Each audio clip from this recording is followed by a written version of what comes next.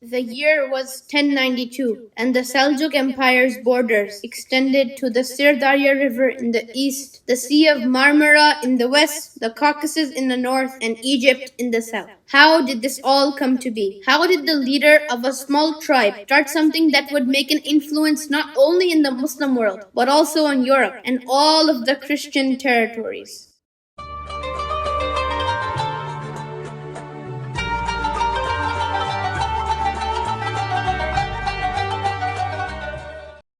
In the ninth century, there was a state in Central Asia known as the Oghuz Yabgu state. Here, Seljuk Bey, the founder of the great Seljuk state, was the rank of army commander-in-chief, and he was also the chief of the Kinnic tribe and was trained by his father Tukak as a good soldier and politician. He gained a great reputation in a short time in the Oghuz Yabgu state. Because of this great influence in the country, the leader of the Oghuz Yabgu and Seljuk broke up. When the leader of the Yabgu state started to make preparations to eliminate Seljuk, he saw the danger and left the city of Yangikent to the city of Jund. Here, the Seljuks and the Kinnic tribe migrated to the land of Jund, and in Jund, most of the people had embraced Islam as it was on the border and it had many interactions with Muslim merchants and traders.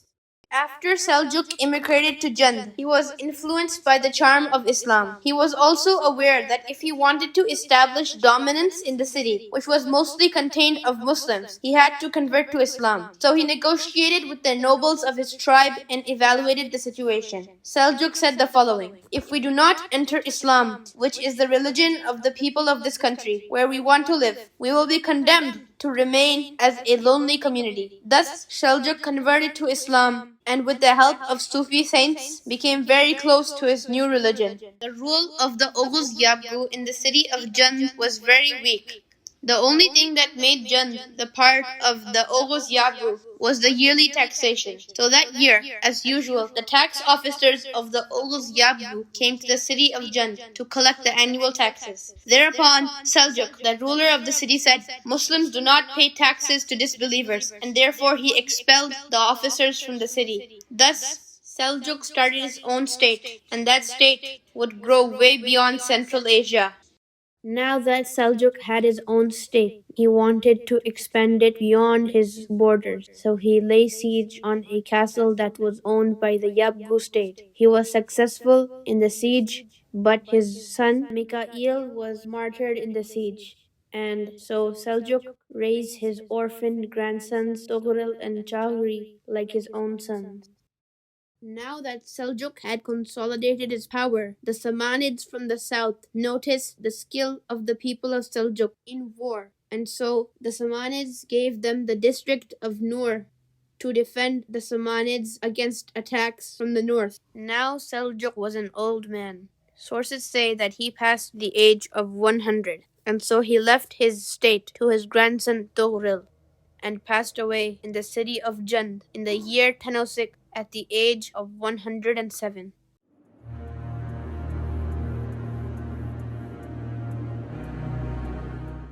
After the death of Seljuk Bey, Tughril and his brother Tughril started serving the Kara Khanids of Bukhara. In 1026, the Kara Khanids were driven out of Bukhara by the Ghaznavid Sultan Mahmud.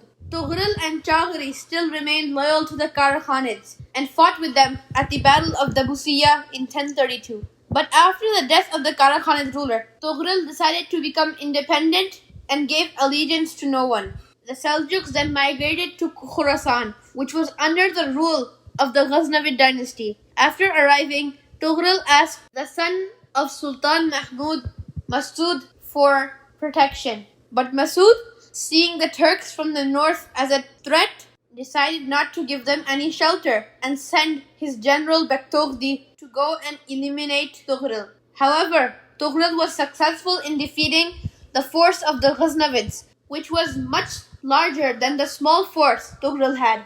However, Tughril defeated the Ghaznavids and forced them to cede the cities of Nasa, Farava, and Dihistan in return for Seljuk recognition of the Ghaznavid authority. But in 1037, the Seljuks also forced the Ghaznavids to cede them Sarakhs, Abivard, and Merv.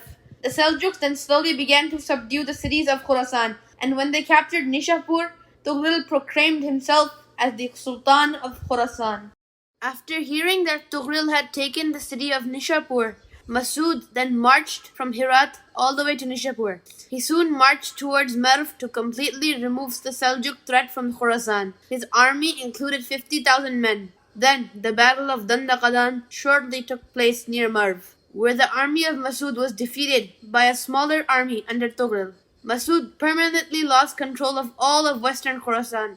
This victory now marked the foundation of the Seljuk Empire, which was now rapidly expanding west. Tughril then installed Tughril as the governor of Khorasan, and Tughril prevented a Ghaznavid reconquest, then moved on to conquer the rest of Persia. Tughril conquered Tabaristan and Gurgan, which are in modern-day western Iran and Iraq. Tughril then marched north towards Azerbaijan, where the local ruler Abu Mansur was ruling. Tughril asked Abu Mansur to surrender Azerbaijan, and Abu Mansur surrendered Azerbaijan without a battle.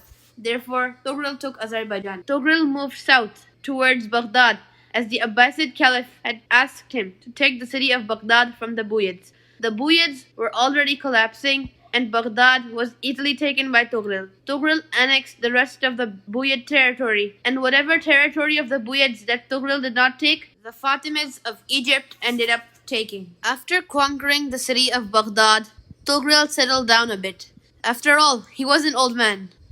The Abbasid Caliph gave his daughter in marriage to Tughril. Then Tughril's health deteriorated, and he passed away in the city of Ray at the age of 70. Before passing away, he appointed his nephew Suleiman as his successor, as advised by his vizier Al-Kunduri.